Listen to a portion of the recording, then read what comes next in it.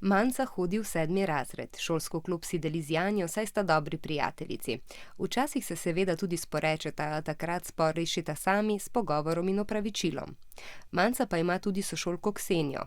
Ksenija Manco večkrat pocuka za lase, ji grozi, jo med odmorom spotakne ali pa od nje hoče denar. Pa ni taka le do nje, tudi do dveh drugih sošolk se obnaša podobno. Manca se Ksenije boji in se ji izogne, če se ji le more. Včasih jo zaradi strahu boli trebuh in noče v šolo. Manca o tem, kar se dogaja, ne upa povedati učiteljici, da ne bi bilo še slabše. Tudi Janjo je strah komu povedati, da Ksenija ne bi začela napadati še nje. Takšni občutki niso nič nenavadnega, a si lahko pomagate. Včasih odrasli res ne opazijo stvari, ki bi jih morali. Ko se otroci počutite ogrožene in ne zmorete obvladovati razmer, so vas odrasli dolžni zaščititi. Vendar morajo prej vedeti, za kaj gre. Učiteljica k sreči opazi, da je nekaj narobe, zato pomaga.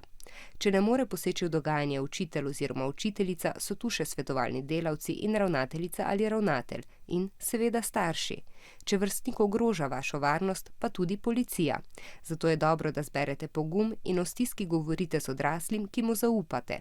Torej, prav je, da drobne prepire rešujete sami, ako se ne počutite več varno in doživljate nasilje, morajo odrasli za to izvedeti in poskrbeti, da se konča.